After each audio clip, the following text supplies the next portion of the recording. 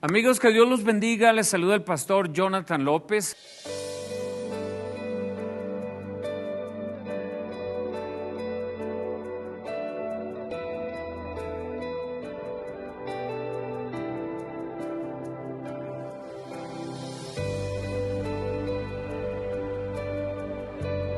¿Por qué Dios permite algo como lo que estamos viviendo y qué lugar tiene el coronavirus? Si lo que hoy estamos viviendo ha metido a los gobiernos, a las familias, a las empresas, a la humanidad entera en un caos total, en este tiempo histórico que estamos viviendo, ¿cuál es el lugar que tiene? Creo que no es una señal futura, sino que creo que es una señal presente. Creo que es una señal para darnos una probadita de lo que algún día puede llegar a suceder, del final de los tiempos. Amigos, que Dios los bendiga. Les saluda el pastor Jonathan López en esta tarde. Hoy vamos a estar voy a estar enseñando un poco acerca de profecía bíblica, lo que se llama escatología y la relación que tiene ahorita el coronavirus o COVID-19 con las señales del final de los tiempos. Pero vamos a dejar un poco más de tiempo a que las personas se vayan conectando para que todos reciban desde el principio la enseñanza. Gracias, yo mismo voy a compartir el video aquí en mi muro personal. Quiero darles gracias por estar sintonizando, gracias por estar siguiendo nuestros videos, gracias por compartirlos también en sus muros. Todo esto nos ayuda a seguir avanzando el evangelio, a seguir creciendo la predicación de la palabra del Señor, etcétera, etcétera. ¿Por qué un tema como este hoy?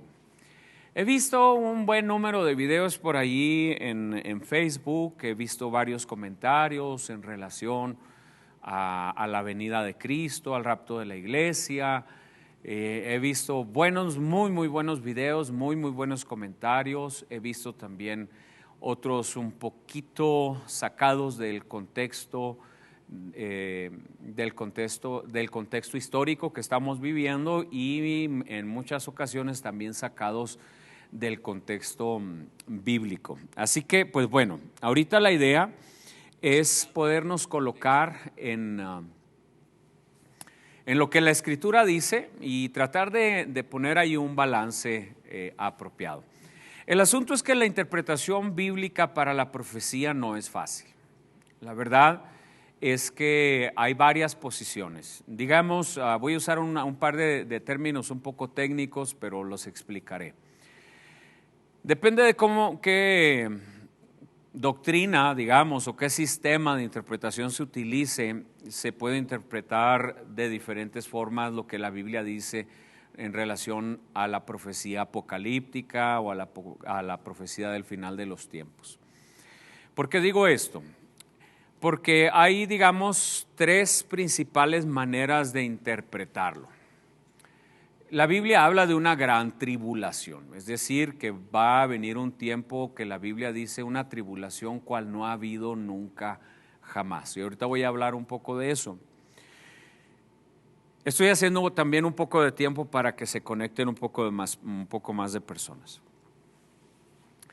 Entonces, en relación a lo que la Biblia dice a la gran tribulación, pues bueno, hay una posición de interpretación bíblica que se llama pretribulacionismo.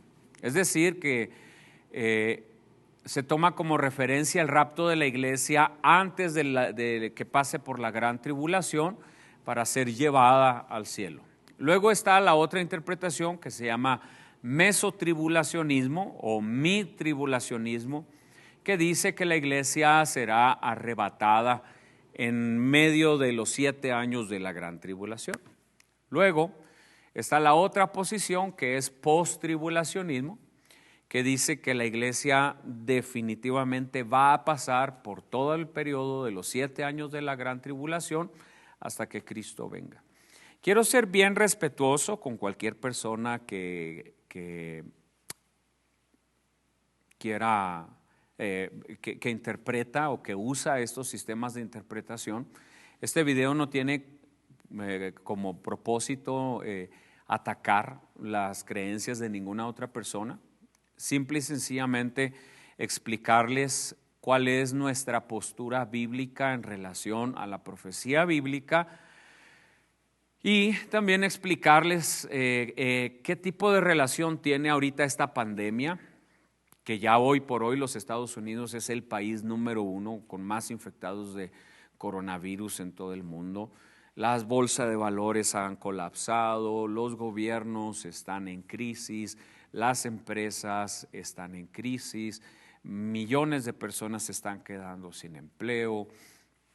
Hoy las familias están encerradas en sus hogares porque precisamente están tratando de evitar la propagación de este virus y evitar que haya más muertos. Y todo eso está bien. Y esa es la situación que estamos viviendo. ¿Cómo esto que estamos viviendo hoy se relaciona o se conecta con la profecía? ¿En qué manera? ¿Qué tan adentro ya vamos dentro de la profecía? Voy a tratar de responder a esas preguntas. Voy a tratar de hacerlo con la más claridad posible, lo más definido posible, pero esas respuestas las daré hasta el final de la enseñanza. ¿Por qué hasta el final de la enseñanza? Si nosotros no conocemos, si no entendemos la profecía bíblica y no conocemos la línea del tiempo, de cómo los acontecimientos bíblicos van a ir sucediendo en relación al final de los tiempos. Se usa la palabra escatología porque precisamente es escatos, es final, logos, es tratado o discurso, así es de que la escatología es un tratado, un discurso, un estudio del final de los tiempos. La Biblia habla del fin del mundo. Tengo que decir que el mundo en sí mismo no se va a acabar, va a sufrir una transformación nada más, va a venir un cambio que veremos al final de este estudio, pero en sí mismo el concepto de fin del mundo está equivocado. Ese no cabe en la Escritura, sí sufrirá una transformación. Lo que sí tenemos es eso, profecías acerca del final de los tiempos. ¿Qué partes de la Biblia hablan de la profecía del final de los tiempos? Hay una parte que se le llama el pequeño Apocalipsis en Mateo 24, 25. Ahí es un Apocalipsis comprimido, con muchísima información muy ajustada, muy apretada. Luego ya en el libro de Apocalipsis está más desmenuzada, partida en pedazos, segmentada. Luego Daniel capítulo 7 hasta el capítulo 10 habla también en una forma simbólica, por supuesto, tanto Apocalipsis como Daniel y casi todo lo que encontramos de profecía bíblica habla de una manera simbólica. ¿Por qué? En primer lugar, porque la iglesia de Cristo todavía no había nacido cuando Jesús habla en Mateo capítulo 24 y capítulo 25. Así que Jesús no puede estarle hablando a sus discípulos de algo que para ellos no tiene sentido. En una ocasión les dijo, hay muchas cosas que ustedes ahora no pueden comprender. En segundo lugar, porque la iglesia estaba en sus primeros pasos, era una bebé, estaba aprendiendo, apenas estaba naciendo y aprendiendo a caminar, era un grupo muy reducido de creyentes, no tenían fuerza social, no tenían fuerza política, no tenían representación política en el mundo, y evidentemente era muy fácil de extinguirla. Si Dios hubiera revelado el libro de Apocalipsis y en lugar de dar que una bestia de 10 cuernos y en lugar de hablar de un dragón y en lugar de hablar de otra bestia, dijera que serían gobernantes, que serían naciones, pues imagínense, el Imperio Romano dominaba, tenía el ejército más poderoso del mundo, hubiera sofocado inmediatamente la iglesia, la hubiera erradicado. Así que Dios estratégicamente tiene que esconder detrás de símbolos el mensaje que quería dejarnos a nosotros, los que hoy ya somos su iglesia. ¿Cuáles son esos símbolos? Pues no podemos hoy tratarlo todo en una hora, trataré de meter toda esta enseñanza en un mensaje de una hora. Pero déjeme comenzar entonces, déjeme comenzar ahora y voy a enseñar primero. ¿Cuál es la estructura profética del final de los tiempos? ¿Cómo podemos definir en una línea del tiempo? Soy muy malo para dibujar, pero traje este pizarrón aquí y tratar de ayudar visualmente y tratar de explicar cómo van a ir sucediendo las cosas. Pero voy a comenzar primero con ese pequeño apocalipsis que está en Mateo 24. Y si usted tiene una Biblia por ahí, pues por favor agárrela y trate de leer conmigo. Mateo 24, vamos a leer solamente unos versos porque todo el 24 y todo el 25 habla de la profecía bíblica. Y dice en el verso 3, y mientras Jesús estaba sentado en el monte de los olivos, los discípulos se le acercaron por separado y le dijeron, dinos, ¿cuándo sucederá todo esto y cuál será la señal de tu venida y del fin del mundo? Jesús le respondió, cuídense que nadie los engañe, porque muchos vendrán en mi nombre y dirán yo soy el Cristo y engañarán a muchos. Ustedes oirán hablar de guerras y de rumores de guerras, pero no se angustien porque es necesario que todo esto suceda, pero aún no será el fin. Atención con ese detalle, aún no será el fin. Dice, porque se levantará nación contra nación y reino contra reino, y habrá hambre y terremotos y pestes en distintos lugares. Ahí está hablando de pestes, está hablando, también Lucas lo especifica como pestes, y esto que estamos viviendo hoy es una peste. La pregunta es que si esta peste tiene una relación directa con esta profecía o no. Y dice, todo esto será el comienzo de los dolores. Y ahí sigue hablando acerca de señales del final de los tiempos.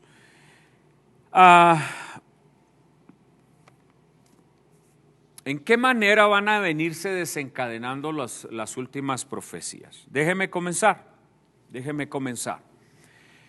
Y lo voy a hacer de esta manera, lo estructuré de esta manera y al final voy a explicar en qué parte de la línea del tiempo podría, y lo acentúo, ¿verdad? Y lo marco, podría caber el tema del coronavirus o de esta epidemia. Enseño esto para traer claridad a la iglesia, enseño esto para traer claridad al corazón de los creyentes y a los no creyentes, traerles una palabra de advertencia de parte de Dios. ¿Qué vamos a aprender de todo esto? Lo trataremos al final de esta enseñanza, de este estudio. ¿Cuál es la estructura principal de las profecías? Y voy a dibujar aquí en este pizarrón una línea. Vamos a llamar a esto la línea del tiempo de la profecía bíblica. Y la vamos a ir subdividiendo, esta línea del tiempo, con cada uno de los acontecimientos que la Biblia nos enseña, tomando como referencia la interpretación pretribulacionista. Es decir, que la iglesia no pasará por la gran tribulación. Las otras dos interpretaciones las respetamos, las dejamos ahí sobre la mesa. Cualquier otra persona que tenga posiciones diferentes en ese sentido, yo siempre he dicho, si alguien quiere pasar por la gran tribulación, adelante, ¿verdad? Si eso es lo que quiere creer, pásele. La verdad es que la Biblia, de acuerdo a lo que nosotros entendemos, dice que la iglesia de Cristo no pasará por la gran tribulación. ¿Por qué no pasará por la gran tribulación? Porque en este periodo comienza precisamente lo que se llama el rapto de la iglesia. Ahora, la palabra rapto no existe en realidad en la Biblia, la usamos para referirnos a lo que se llama el arrebatamiento. Entonces, en realidad la palabra, digamos, más apropiada es el arrebatamiento de la iglesia. Voy a separar eso de ahí. El rapto o arrebatamiento de la iglesia está registrado en Primera de Tesalonicenses, capítulo 4, verso 13 en adelante, si no me equivoco. Entonces, ¿qué es lo que dice Primera de Tesalonicenses, capítulo 4, verso 13. Déjeme ir directamente a la Escritura para tratar algunos versos de la Biblia, solamente los voy a mencionar, otros lo voy a leer directamente. Este me parece a mí importante leerlo. Primera de Tesalonicenses, capítulo 4, verso 13 en adelante. Dice: hermanos, no queremos que ustedes se queden sin saber lo que pasará con los que ya hayan muerto, ni que se pongan tristes como los que no tienen esperanza. Así como creemos que Jesús murió y resucitó, así también levantará con Jesús a los que murieron en él. Les decimos esto como una enseñanza del Señor. Nosotros, los que vivimos, está hablando ya de los muertos, pero ahora está hablando de los que estemos vivos. Dice: los que vivimos, los que habremos quedado, hasta que el Señor venga, no nos adelantaremos a los que murieron, atención, sino que el Señor mismo descenderá del cielo con voz de mando, con voz de arcángel y con trompeta de Dios, y los muertos en Cristo resucitarán primero. Atención, los muertos en Cristo resucitarán primero. Verso 17, luego nosotros, los que aún vivamos y hayamos quedado, seremos arrebatados juntamente con ellos en las nubes para recibir en el aire al Señor, y así estaremos con el Señor para siempre. Entonces aquí usa una palabra que es la palabra arrebatados. Seremos arrebatados. La palabra que utiliza en el idioma original ahí es sarpazo, es decir, aquello que se toma, ¿verdad? Y que la Biblia lo dice con claridad: en las nubes. Entonces, este acontecimiento y esta línea del tiempo la trataré de ir explicando. Lo que escriba yo de la línea hacia arriba son acontecimientos que tienen por arriba de la tierra, y lo que escriba de la línea para abajo o sobre la línea serán acontecimientos que estarán sucediendo en la tierra. Entonces, va a haber un zarpazo, va a haber un arrebatamiento de parte de Jesús. Dice la Escritura que será en un abrir y cerrar de ojos. Dice que será como un ladrón en la noche. Así que para el rapto no tenemos señales. Repito, para el rapto no tenemos señales. Para el rapto es un abrir y cerrar de ojos. Es algo tan instantáneo, es tan rápido, que los pilotos de los aviones desaparecerán. Los cristianos que van conduciendo un carro, de pronto sus cuerpos desaparecerán. Pero va a haber dos acontecimientos ahí. Lo que hay primero es una resurrección de los muertos en Cristo. Esta resurrección es la llamada primera resurrección. ¿Ok? Dice la Biblia: bienaventurados, ¿verdad? Llama bienaventurados a los que serán resucitados. No importa si sus cuerpos quedaron en el mar, si fueron cremados, si están en un panteón, si se los comió un animal, no importa si nunca los hallaron. Dios sabe dónde está ese cuerpo y Dios no tiene ningún problema para recogerlo. Entonces, esos cuerpos van a ser restaurados, van a ser sacados de la tierra, pero el segundo acontecimiento va a suceder en los que estemos vivos. Entonces, tanto los muertos, solo que los muertos van a resucitar primero, y luego ya Pablo explica y dice: luego nosotros, los que hayamos quedado, los que estemos vivos, seremos arrebatados juntamente con ellos en las nubes. Entonces ahora tenemos dos tipos de personas que serán arrebatados: los que murieron en Cristo y los que estén vivos en Cristo. A esto se le llama el arrebatamiento de la iglesia. Este grupo de personas recibiremos cuerpos transformados, y eso lo explica Pablo en 1 Corintios capítulo 15 versos 50 en adelante, cuando dice que es necesario que esto corruptible se vista de incorruptible. Entonces, tanto los cuerpos de los resucitados como de los cuerpos de los que hayamos sido arrebatados en vida, recibiremos cuerpos glorificados, es decir, cuerpos no corruptibles que serán capaces de ver a Dios cara a cara. Hoy cualquier ser humano que mirara a Dios cara a cara caería muerto instantáneamente. La necedad de muchos de querer ver a Dios o querer que se les demuestre la existencia de Dios, si tuvieran esa oportunidad caerían muertos inmediatamente en ese instante. Entonces, este es el primer acontecimiento que esperamos en la profecía del final de los tiempos, es el arrebatamiento. Todo esto va a provocar un caos mundial. Si lo que ahorita está sucediendo nos sorprende, lo que está por venir todavía después del rapto, imagínense.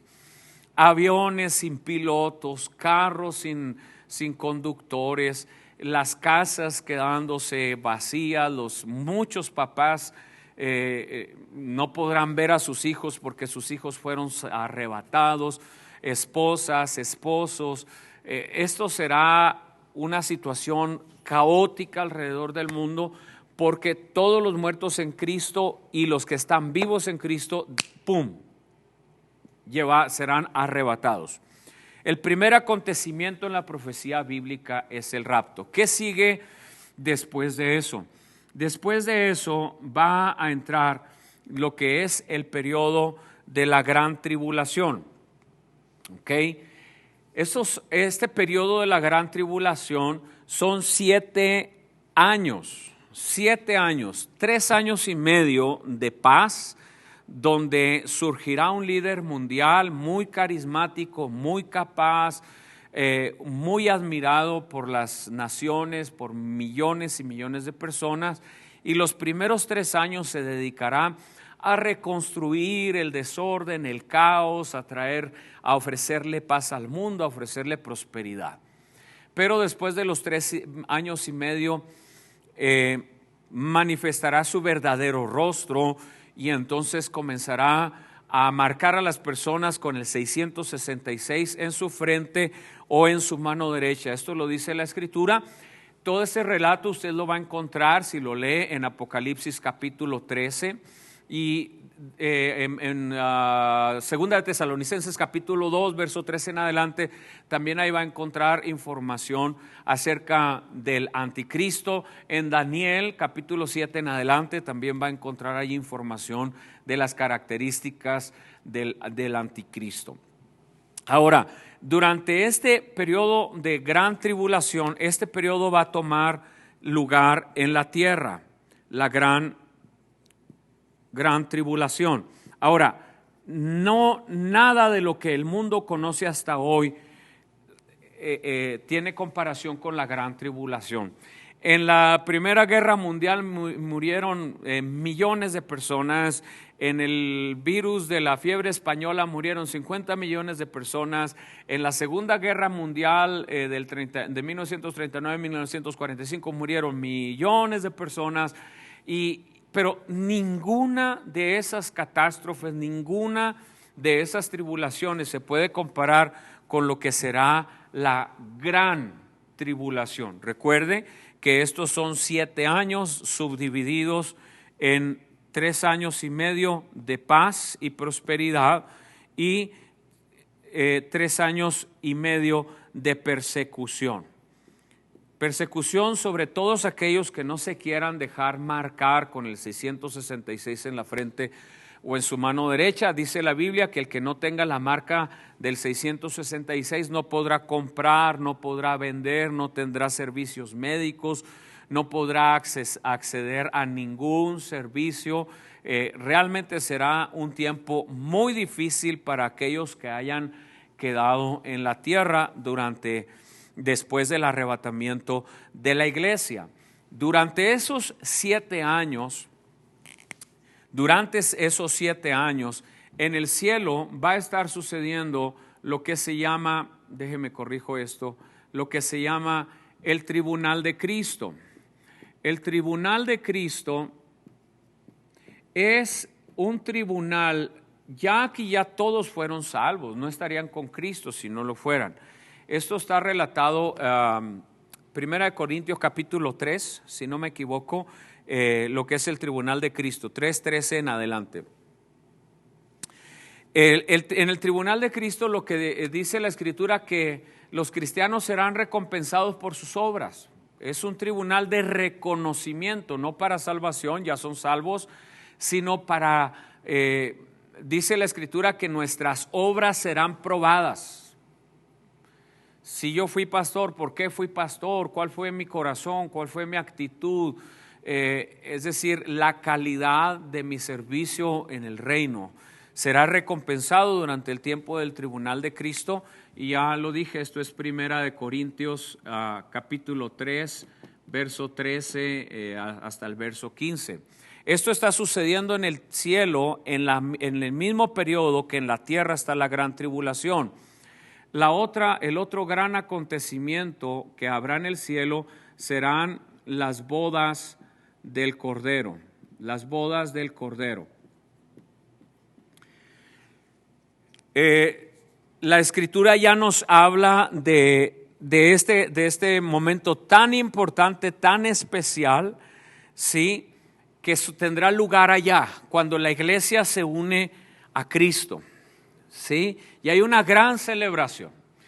Todo esto está sucediendo en el cielo durante el periodo de la gran tribulación. Déjeme avanzar porque no quiero que el video sea muy largo, puesto que tampoco se puede hablar de profecía en 1 hora. Yo este curso lo enseño en 16 horas, así es de que imagínense, no puedo hablar demasiado, no puedo meter demasiada información en un solo tiempo, en un solo periodo. ¿Qué viene después de la gran tribulación? ¿Qué sucederá? Sucederá que habrá 3 personajes. Satanás es un perfecto imitador de la obra del Señor. De la misma manera que la Biblia habla del Padre, del Hijo y del Espíritu Santo, habrá una trilogía demoníaca, satánica, que será el dragón, la bestia y el falso profeta. Estos van a ser los 3 personajes que van a estar operando durante estos 7 años de gran tribulación. Al final, durante el tiempo de la gran tribulación, el anticristo, que es la bestia, habrá hecho un pacto con Israel. Luego ese pacto con Israel será roto. El anticristo profanará el templo, el lugar santo en Jerusalén, profanará la ciudad santa y se romperá el pacto.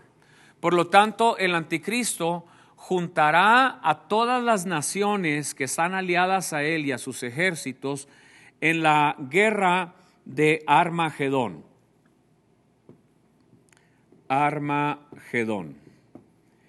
Entonces, en esta guerra, la Biblia nos dice en Apocalipsis capítulo 19 que el anticristo juntará a las naciones, peleará contra Israel y se pondrán en el valle de Armagedón. Se juntarán millones de soldados para pelear contra la nación de Israel y para destruirla. Ahí es cuando la profecía bíblica dice: los que están en la azotea no bajen a buscar nada en la casa, córrale. Ahí es cuando dice las mujeres, hay de las que estén embarazadas, hay de los que los agarre el invierno. Será durante el tiempo de la guerra del Armagedón. En este momento el anticristo, por supuesto el dragón, la bestia y el falso profeta están listos para destruir y para acabar con la nación de Israel. Pero me encantan los peros de Dios, ¿verdad? Cuando Dios interviene en la vida de la humanidad, interviene para sorprendernos con un gran pero. Interviene para obrar contra todas las cosas que acechan contra sus hijos. En ese momento, dice la Escritura: entonces aparecerá la señal del Hijo del Hombre, viniendo entre las nubes con poder y gran gloria. Entonces, Mateo 24, capítulo 30, nos relata este gran acontecimiento, y esta es una cita bíblica que también quiero leerla, quiero resaltarla. Como dije ahorita, no puedo ir mencionando todas las citas bíblicas, el video sería demasiado largo, pero usted las puede ir leyendo en casa. En Mateo 24, 30 dice de la siguiente manera: entonces aparecerá en el cielo la señal del Hijo del Hombre, y todas las tribus de la tierra se lamentarán y verán al Hijo del Hombre venir sobre las nubes del cielo con poder y gran gloria. Y enviará a sus ángeles con gran voz de trompeta de los cuatro vientos, desde un extremo al otro del cielo, y ellos juntarán a sus elegidos. De la manera, dice, de la higuera deben aprender esta parábola: cuando sus ramas se ponen tiernas y le brotan las hojas, ustedes saben que el verano ya está cerca. De la misma manera, cuando ustedes vean todas estas cosas, sepan que la hora ya está cerca y que está a la puerta. Ahora, aquí dice: de cierto os digo que todo esto sucederá antes que pase esta generación. ¿Cuál generación? De esa generación. Está hablando no de la nuestra, no la de los apóstoles, sino está hablando de la generación que le tocará vivir ese acontecimiento. Ahora, aquí ya vamos a ver a Jesús interviniendo. Entonces aparecerá la señal del Hijo del Hombre viniendo desde las nubes del cielo con poder y con gran gloria, y sus santos ángeles con él. Han pasado los 7 años de la gran tribulación, han pasado 7 años del tribunal de Cristo, y han pasado durante esos 7 años las bodas del Cordero. Ahora, ¿qué tenemos aquí al final de estos 7 años? La guerra de Armagedón, pero por otro lado, en el cielo dice, estará la segunda venida de Cristo. La segunda venida de Cristo, Mateo 24, 30. ¿Sí? Ahora, la Biblia nos relata en el libro de Zacarías, y también se los voy a poner aquí, no sé si alcancen a ver, Zacarías 14, nos dice cómo será este acontecimiento. Zacarías 14. Yo les advertí que soy muy malo para dibujar, así que traten de interpretar mis jeroglíficos. Además el pizarrón se mueve mucho. Zacarías capítulo 14 dice que cuando Jesús descienda del cielo, pondrá su pie derecho en el monte de los olivos. El monte de los olivos fue desde donde Jesús oró la última ocasión por Jerusalén. Era el lugar donde siempre iba a orar. Y dice la Escritura que descenderá en el monte de los olivos, justo enfrente de la puerta de los muros de Jerusalén, y pondrá su pie derecho, y se abrirá el monte de los olivos, se partirá en dos, y habrá un gran valle. Dice que fluirá un río que irá hacia el mar del occidente y hacia el mar del oriente. Uno de esos mares es el Mar Muerto. El Mar Muerto hoy, por eso se llama muerto, no tiene vida. Entonces, ese río que surgirá desde el monte de los olivos, desde la venida de Jesús, fluirán esas aguas hasta el Mar Muerto y producirán sanidad al mar. Y dice la Biblia que producirá toda clase de peces ese mar. Lo que hasta hoy ha sido muerto, Dios le traerá vida, porque donde quiera que Dios llega hay vida. Entonces, aquí va a venir la segunda venida de Cristo. Este fue el rapto, atención, fue en un abrir y cerrar de ojos. No hay señales. Es algo que sucede instantáneamente. Quiero aclarar algo que no aclaré ahorita en relación al rapto, ¿okay? Pero que todavía cabe aquí en esta explicación. Durante estos 7 años de gran tribulación, se ha dicho que el Espíritu Santo va a ser quitado de la tierra. No, segunda de Tesalonicenses capítulo 2, verso 2 en adelante, dice que aparecerá el inicuo, ¿verdad? Que aparecerá el perverso, refiriéndose al anticristo. Pero no dice que el Espíritu Santo va a ser quitado. La iglesia, el que le estorba al anticristo es la iglesia. La iglesia es la que va a ser quitada. El Espíritu Santo todavía va a estar presente. El evangelio va a seguir siendo predicado porque muchos cristianos, entre comillas cristianos, se quedarán después del rapto. Personas que no eran fieles al Señor, personas que jugaron con su vida cristiana, que jugaron con Dios o que pretendieron jugar con Dios. Cuando Cristo venga y no estaban preparados, se van a quedar. Pero ellos van a tener conocimiento de la palabra y ellos van a darse cuenta que el rapto ha llegado. Así que en la tierra todavía habrá millones y millones de personas que necesitarán seguir siendo predicadas. El evangelio tendrá que llegar a ellos y el Espíritu Santo todavía estará trabajando con ellos. Así que, por un lado, durante estos 7 años de gran tribulación, vamos a tener a miles y millones de cristianos infieles que se quedaron después del rapto y que no se dejarán marcar por el anticristo, no marcarán su frente ni su mano derecha, serán perseguidos, pero ellos estarán predicándole a su familia, a sus amigos, a las personas, quizás escondidos en las montañas. Va a haber una predicación del evangelio como nunca ha habido jamás. También Mateo 24 dice, y será predicado el evangelio del reino a todas las naciones y entonces vendrá el fin. ¿Pero a cuál fin se refiere? ¿Al del rapto o al de la segunda venida? Se refiere al de la segunda venida. Ahorita lo voy a explicar al final de la enseñanza. Entonces, lo que tenemos de aquí es una predicación masiva del evangelio por todos los cristianos que se quedaron, los pastores que se quedaron, los líderes que se quedaron, los camarógrafos que se quedaron. No me oyó el camarógrafo, estaba distraído. Entonces, ¿quiénes se van a estar predicando el evangelio? Se van a quedar un montón de gente y ellos van a estar predicando a Cristo. Le van a estar diciendo a las personas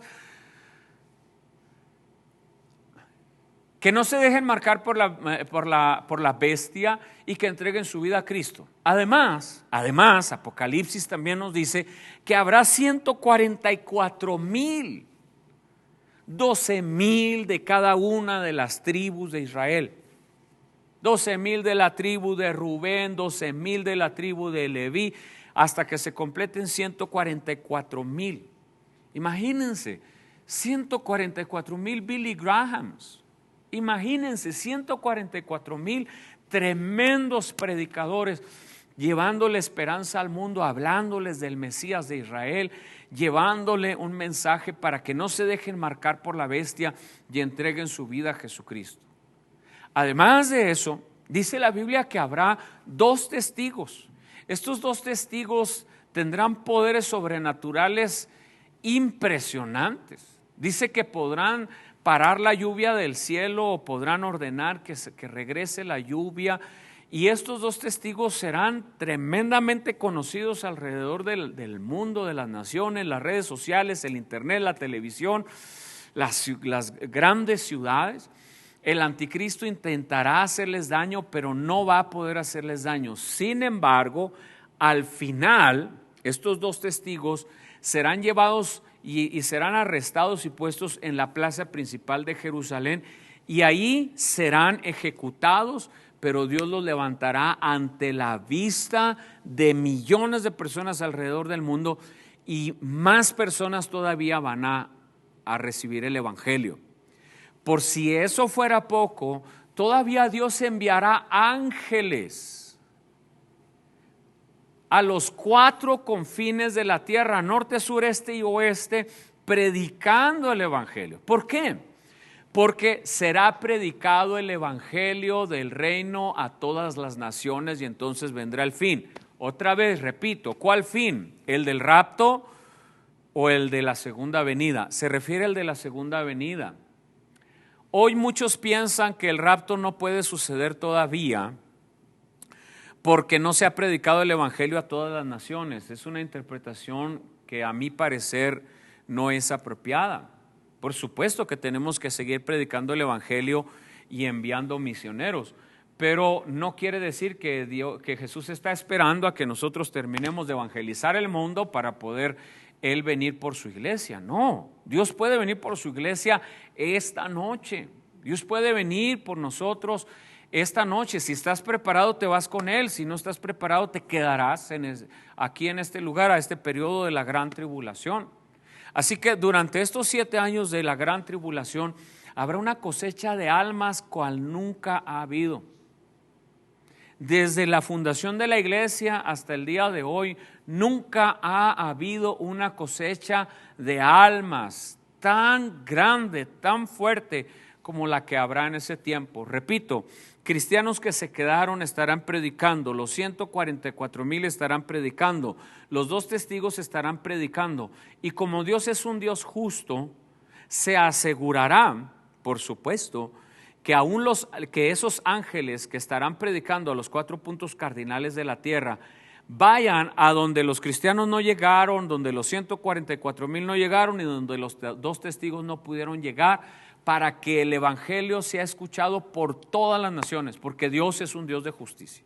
Ok, termino con esa parte y regreso a la venida de Cristo. Segunda venida. ¿Cuándo fue la primera? Pues la que ya conocemos en Belén, ¿verdad? La segunda venida: aparecerá con poder y gran gloria. Y entonces aquí va a haber una conflagración, un choque entre lo divino y lo humano, entre lo eterno y lo temporal, entre lo santo y lo profano. Y a eso se llama la guerra del Armagedón.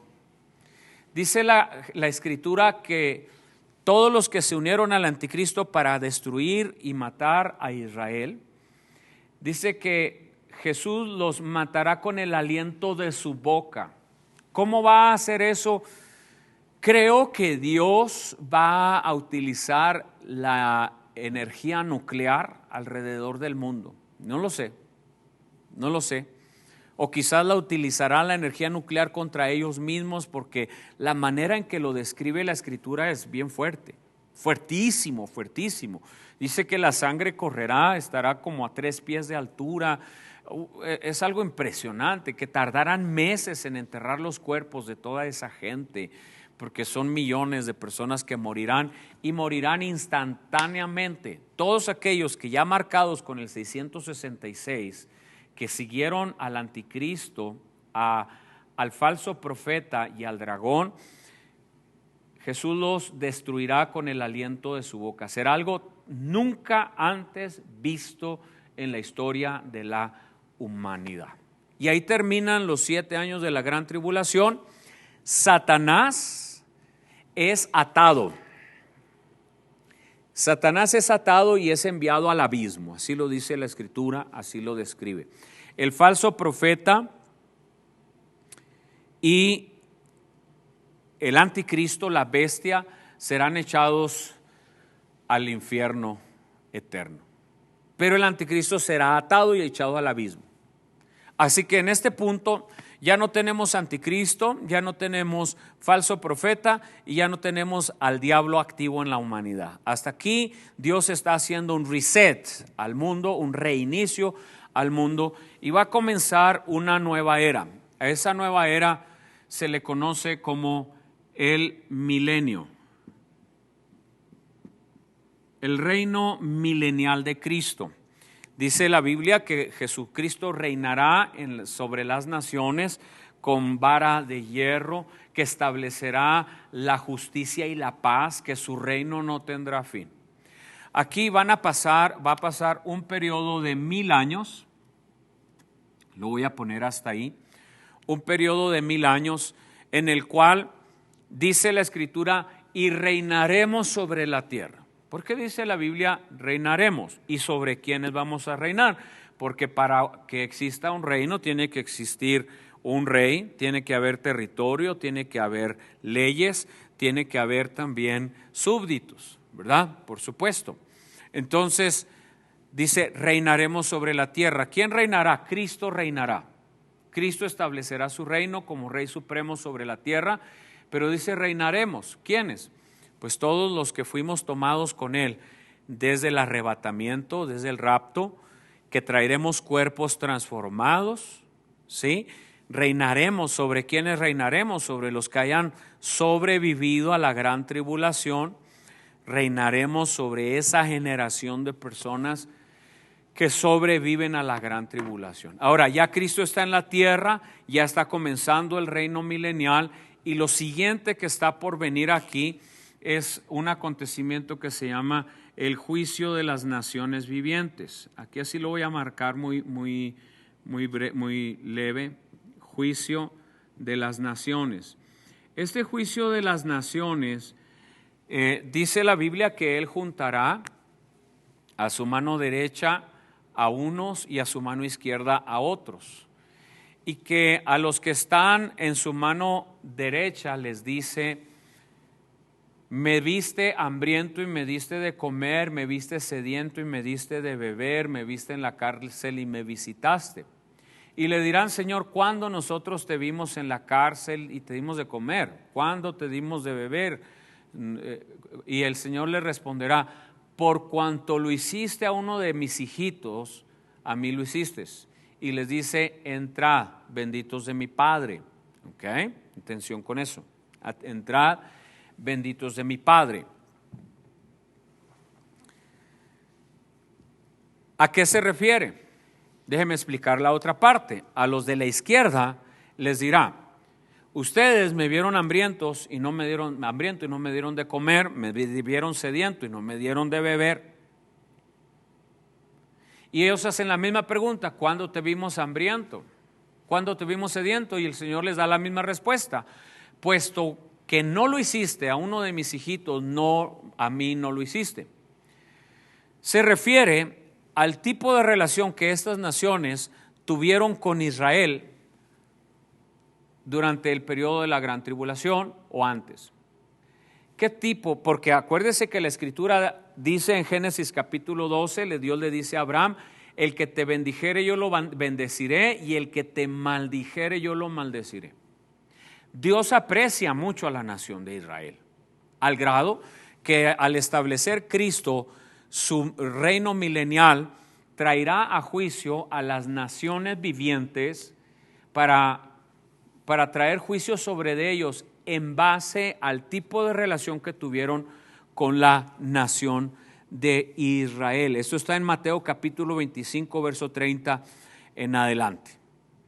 Ahora, después de eso, después del juicio de las naciones vivientes, tenemos 1000 años de prosperidad, de bendición, de justicia, de paz. Tenemos 1000 años que serán interrumpidos lamentablemente, de acuerdo a Apocalipsis capítulo 20, verso 7, serán interrumpidos esos 1000 años porque Satanás será suelto.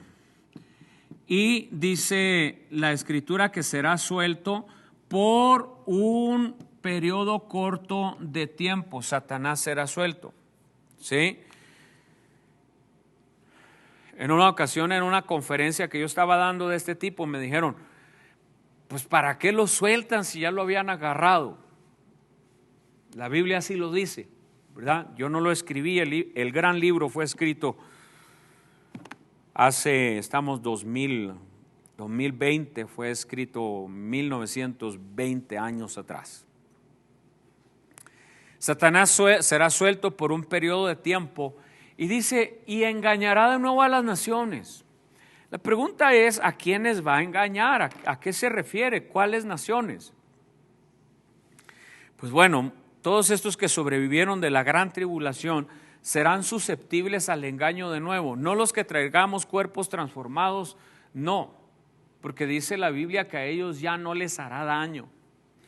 Entonces, a muchos de estas generaciones que se fueron reproduciendo durante 1000 años, Satanás los engañará de nuevo y levantará y provocará una guerra contra el reino de Jesucristo en la tierra.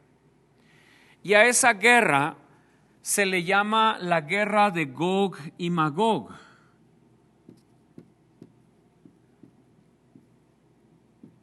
La guerra de Gog y Magog. esa guerra de Gog y Magog, la Escritura la señala como el final del reino milenial. ¿Ok?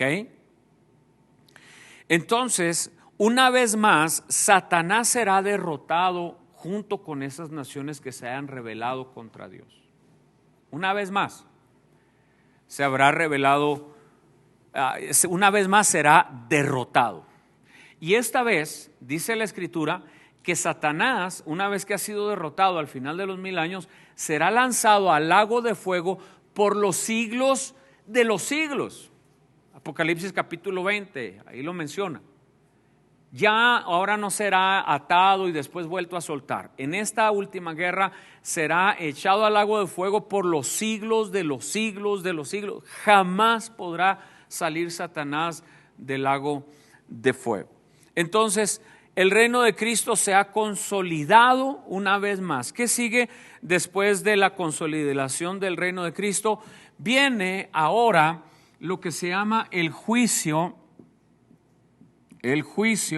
del trono blanco. Ahora, esto es muy hermoso, ¿ok? El juicio del gran trono blanco va a venir al final de los 1000 años, aquí. ¿Qué es lo que va a pasar? Dios es un Dios de justicia. Dios no es un Dios injusto. Dios es un Dios bien balanceado en sus decisiones. Entonces, se van a abrir los libros. Se dice en la Escritura que se va a abrir el libro de la vida. Y en el libro de la vida están registrados los nombres de todos los que han conocido y aceptado, gracias hermano, a Jesucristo como su Señor y Salvador personal. ¿Okay? En el libro de la vida. Cuando tú le entregas tu corazón a Jesús, te arrepientes de tu pecado y le dices, Señor, ven a mi vida, quiero vivir para ti, quiero adorarte y servirte el resto de mi vida. En ese instante, tu nombre es escrito en el libro de la vida. En ese preciso momento, tu nombre ya está escrito en el libro de la vida. Pregunto, ¿estará tu nombre escrito en el libro de la vida hoy?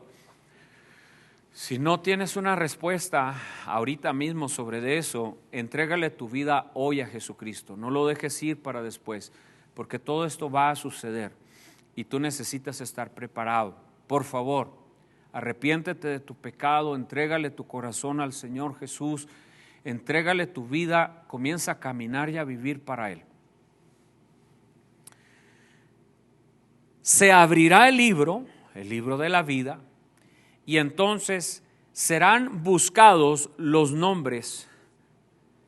Aquí vendrá lo que se llama la segunda resurrección o la segunda muerte. ¿Ok? La segunda resurrección. Acá resucitaron solamente en el rapto, resucitaron solamente los muertos en Cristo. Los malvados no resucitaron. Todos los malvados, desde el rapto, los 7 años de la gran tribulación y todo el milenio, no han resucitado. Ellos todavía están allá. Sus almas están en el lugar de tormento o infierno y sus cuerpos no han sido resucitados. Pero ahí es cuando la Biblia dice, el infierno entregó sus muertos, el Hades entregó sus muertos. Entonces aquí hay una segunda resurrección de los malvados. ¿Qué está haciendo Dios? Está haciendo una corte. Hay un tribunal, hay un juicio. Dios está erigiéndose como juez y está abriendo el libro. Les va a demostrar a todos los malvados, a todos los pecadores, a los que rechazaron a Jesucristo, les va a demostrar como un acto de justicia, tu nombre no está aquí. Ese es un acto de justicia, es la sentencia final sobre de ellos. Muchos de ellos se quejarán, se enojarán, dirán, ¿por qué no? Y entonces Dios abrirá el libro y dirá, tu nombre no está escrito aquí. Es un acto de justicia. Dice, y todo aquel, estoy parafraseando Apocalipsis capítulo 20, y todo aquel que no fue hallado cuyo nombre no fue hallado en el libro de la vida, será echado al lago de fuego, preparado para Satanás y sus ángeles. Uy, la Biblia es muy precisa con eso. No juguemos. Así lo dice la Escritura. Será echado al lago de fuego, preparado para Satanás y sus ángeles. Entonces, este juicio del gran trono blanco es para demostrar a todos los malvados, perversos y todos aquellos que no aceptaron a Jesús como su Señor, demostrarles en un acto de justicia que sus nombres no están escritos allí. A eso se le llama el juicio del gran trono blanco, y ahí sucedió la segunda resurrección. ¿Qué viene después de esto? Bueno, Primera de Pedro, capítulo 3, lo describe, ustedes lo pueden leer en casa. Dice que habrá cielos nuevos, atención, cielos nuevos y tierra nueva. Primera de Pedro capítulo 3. Habrá cielos nuevos y tierra nueva, justo acá. Después de la guerra de Gog y Magog, después del juicio del gran trono blanco, cielos nuevos y tierra nueva. Y dice la Escritura que esta tierra, y lo dije al principio que lo iba a mencionar, que esta tierra, dice, los elementos ardiendo serán quemados. Es decir, esta tierra será purificada por fuego. ¿Okay? Entonces, a través del fuego Dios va a purificar toda la maldad que se ha practicado en la tierra, en el mundo, y a eso se refiere la Biblia cuando la Biblia dice que la tierra gime por su redención. En algún tiempo, en algún momento esta tierra va a ser increíblemente reconstruida. No va a haber una tierra nueva, no es que Dios va a agarrar esta, la va a poner en algún otro lugar y va a traer una nueva, es que la va a reconstruir y la va a purificar por medio del fuego, y entonces habrá cielos nuevos y tierra nueva. Todo esto nos lleva al libro de Génesis capítulo 1, donde Dios creó los cielos y la tierra y le puso orden y hizo todo lo que hizo Génesis capítulo 1 y Génesis capítulo 2. ¿Por qué? La Biblia dice que los pensamientos y las intenciones del corazón del hombre cambian, pero el propósito de Jehová nunca cambia. Lo que Dios pensó para Adán y para Eva antes de que pecaran, lo llevará a cabo hasta el final de los tiempos. Entonces habrá cielos nuevos y tierra nueva. Primera de Pedro capítulo 3. Luego, después de eso, dice Juan: y entonces vi descender del cielo la nueva Jerusalén. Nueva Jerusalén. ¿Ok? Ya no me cupo ahí. Ahora tenemos entonces dos acontecimientos después del juicio del gran trono blanco: cielos nuevos, tierra nueva y la nueva Jerusalén. La Biblia la describe de una manera muy precisa, muy exacta. Nos dice las medidas. Nos dice que tiene 12 puertas que representan las 12 tribus de Israel. Nos dice que los cimientos tienen 12 diferentes colores y que están adornados por diferentes tipos de piedras preciosas y que representan los nombres de los 12 apóstoles del Cordero. Eso dice la Escritura de la nueva Jerusalén. Dice, descenderá del cielo. Ya va a venir hecha, esa va a venir completita. De punta a punta, toda la nueva Jerusalén va a descender ya hecha por la mano de Dios. Y entonces de ahí en adelante reinaremos con Cristo por la eternidad. Ahí Apocalipsis capítulo 20, capítulo 21 nos relata y nos dice que también habrá un árbol de vida, como estaba en Génesis capítulo 1 y Génesis capítulo 2.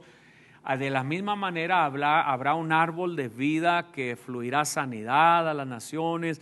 Será algo increíblemente extraordinario y maravilloso, que fue lo primero que Dios pensó para el ser humano antes de que Adán y Eva comieran del fruto prohibido. Esta es la estructura principal. Hay muchísimas cosas más que enseñar, por supuesto. Como dije, esto en una hora es muy reducido lo que se puede decir. Pregunta: ¿En qué parte de toda esta estructura profética, en qué parte de toda esta línea del tiempo caen las señales de las que hablamos en Mateo 24? Repitamos las señales. Dice que vendrán muchos en su nombre diciendo yo soy el Cristo. Dice que se oirá de guerras y rumores de guerra. Dice que no se angustien, todo esto sucederá, pero aún no será el fin. Dice que se levantará nación contra nación, reino contra reino. Dice que habrá hambre, dice que habrá terremotos. Dice, pero esto será solamente el comienzo de dolores. También les dice a los discípulos, dice que esa generación, dice, serán entregados a ser torturados, los matarán, los odiarán por su nombre. Dice que en aquel tiempo muchos tropezarán y unos a otros se traicionarán. Dice que habrá falsos profetas. Dice que aumentará la maldad. Dice que el amor de muchos se enfriará. Pero en el verso 13 dice, pero el que resista hasta el fin será salvo. ¿Cuál fin? ¿Este o este o este? Se refiere a este fin. ¿Ok? Ahorita lo voy a explicar con más precisión. Y dice, y este evangelio del reino será predicado en todo el mundo para testimonio a todas las naciones, entonces vendrá el fin, ya lo expliqué acá. Por tanto, cuando en el lugar santo vean la abominación desoladora, atención con esto, cuando en el lugar santo vean la abominación desoladora de la que habló el profeta Daniel, ¿sí? El que lee entienda. Ahora, el profeta Daniel, capítulo 7, hace una explicación también de la profecía del final de los tiempos. Él dice que vio 4 bestias, vio un león, vio un oso, vio un leopardo y vio una bestia de 10 cuernos. El león representa al imperio babilónico que cautivó a Israel. Y luego vinieron los medopersas, que era el oso, y luego el leopardo, que era el imperio griego a través de Alejandro Magno, Alejandro el Grande, y luego la 4ª bestia se refiere a la bestia de la gran tribulación, por supuesto. A esa bestia se refiere que vio Daniel. Por eso aquí en en Mateo hace referencia a lo que Daniel había visto. Dice, y los que están en Judea huyan a los montes, el que está en la azotea no baje, el que está en el campo no vuelva a tomar su capa. Hay de los que están embarazadas o amamantando, pídanle a Dios que no los agarre en el invierno. Verso 21 estoy ahora, porque entonces habrá una gran tribulación como no la ha habido desde el principio del fin del mundo hasta ahora, ni la habrá antes. Surgirán falsos cristos, verso 24, habrá grandes señales, prodigios, etcétera, etcétera, etcétera. Ahora, ¿de qué está hablando Mateo 24, 25? Esa es la gran pregunta. Y esto nos va a dar respuesta a la pregunta de si el coronavirus es ahorita o esta pandemia es parte de la profecía bíblica o no. Y al final voy a balancearlo. Definitivamente el coronavirus y esta pandemia no forma parte de la profecía de Mateo 24, 25, porque Mateo 24 y 25 hace referencia a este fin. Entonces, las señales que acabamos de leer son las señales, y por eso lo marqué con otro color, son todas las señales que van a ir sucediendo durante este periodo. Falsos cristos, pestes, guerra, rumores de guerras, falsos profetas, señales, prodigios, persecución. Todos estos son los principios de dolores de los que habla aquí Mateo capítulo 24 y capítulo 25. Por eso dije al principio que ha habido algunos videos y algunas predicaciones y algunas profecías que yo he escuchado y por eso quise hacer este video en los medios de comunicación, que han colocado al coronavirus y a esta pandemia como ya parte de la profecía del final de los últimos tiempos. No, porque lo que aquí Mateo nos está enseñando se refiere a las cosas que van a suceder después del rapto. Por eso dice que será una gran tribulación. Las pestes de las que aquí está hablando son pestes que son capaces de matar a millones y millones y millones de personas. Ahora, no estoy negando de ninguna manera que este tema del coronavirus sea una especie de llamada de atención de Dios a la humanidad. Y esta es la manera en que voy a terminar esta enseñanza, este video de esta noche.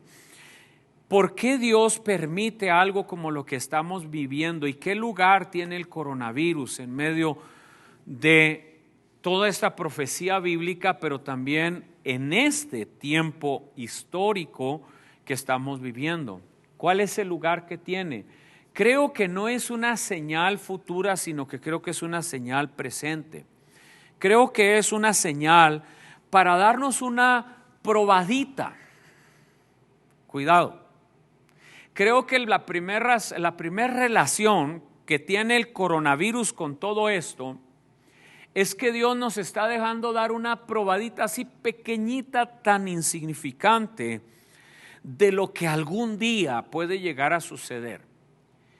Si lo que hoy estamos viviendo ha metido a los gobiernos, a las familias, a las empresas, a la humanidad entera en un caos total, y nada más es una probadita. Atención, en 1918 vino la fiebre española y mató, algunos dicen que hasta 100 millones de personas.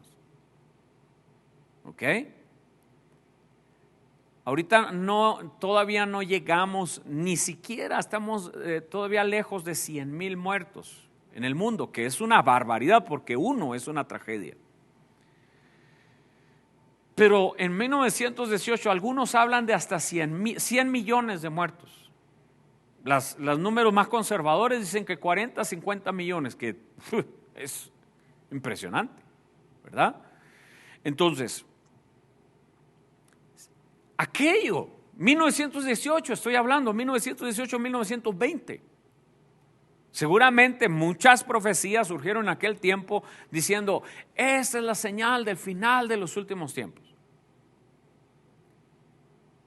No, por eso es que no debemos de hacer una interpretación equivocada, sino que tenemos que conocer la Escritura, y por eso quise hacer este video, para que tengamos un panorama correcto de la profecía apocalíptica, de la escatología, para saber dónde caen acontecimientos como los de que habla Mateo 24 y Mateo 25 y Daniel capítulo 7 al capítulo 10 y de los que habla Apocalipsis. No estoy negando que todo eso va a suceder, pero va a suceder en el tiempo. Ahorita lo que hizo Dios en 1918 al 1920 es decirle al hombre, te voy a permitir que pruebes un poquito de lo que un día va a hacer.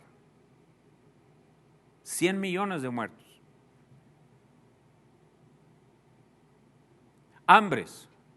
1929 nace la Gran Depresión. Si no me equivoco, octubre 29 de 1929. Yo no estoy seguro de la fecha. Y durante los primeros años de los años 1930 hubo hambres en la tierra, hubo escasez en los Estados Unidos, no había alimento, no había trabajo, no había empresas, las familias básicamente tenían que producir su propio alimento en el patio de su casa para poder comer. Muchos pensaron que era la profecía del final de los tiempos, pero Dios les estaba dando nomás una probadita de lo que un día podía llegar a ser. 1939, 1945, Segunda Guerra Mundial, hay que liberar a toda Europa de las manos de Hitler. Y en el día D entran los países aliados a Normandía y comienzan a conquistar el territorio de Hitler y millones, pero millones de personas mueren.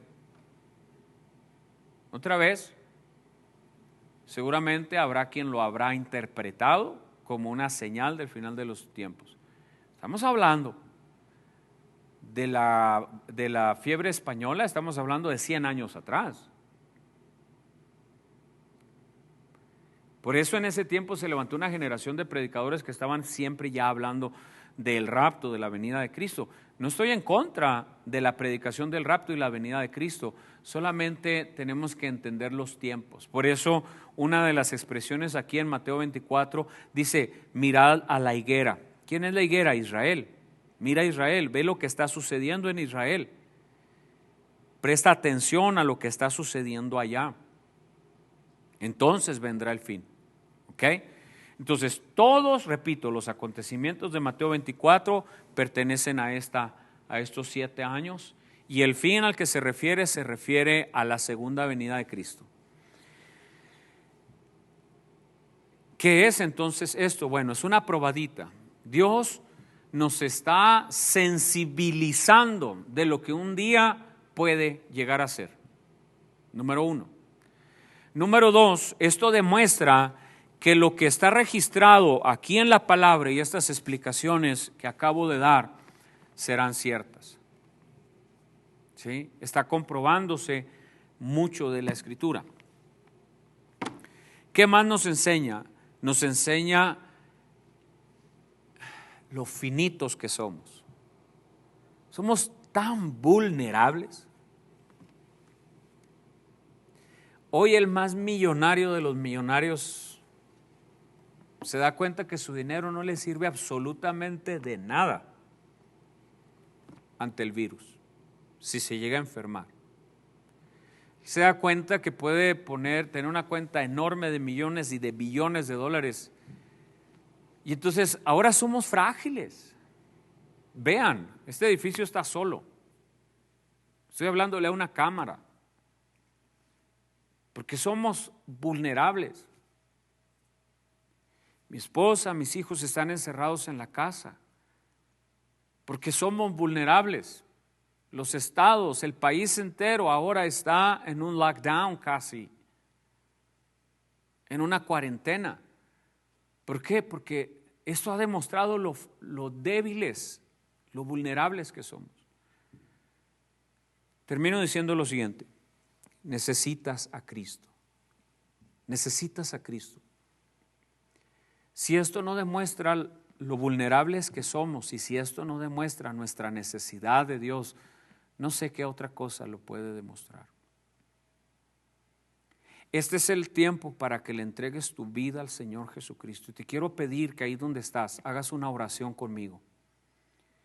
Y le pidas al Señor perdón por tus pecados y le entregues tu corazón al Señor Jesucristo y le pidas que registre tu nombre en el libro de la vida. Hazlo ahora, no lo dejes para después. Repite esta oración conmigo. Dios Padre, me acerco a ti en el nombre de tu Hijo Jesucristo. Te pido perdón por todos mis pecados. Sé que te he fallado y que he vivido lejos de ti. Perdóname. Hoy te pido que vengas a mi vida y la limpies, la cambies y la transformes. Que vengas a mi corazón y lo habites. Que seas mi Señor y que seas mi Salvador. Y a partir de hoy prometo servirte, seguirte y obedecerte hasta el último día de mi vida. Por favor, escribe mi nombre en el libro de la vida. Te lo pido, Padre, en el nombre de Jesús. Amén. Amén. Si tú hiciste esta oración, hoy ha sucedido un milagro. Es tan simple, porque es a través de la fe. Si hiciste esa oración, ha sucedido un milagro. Ya tienes eternidad. Y la Escritura dice, y nadie los arrebatará de mi mano. Les daré vida eterna y nadie los arrebatará de mi mano.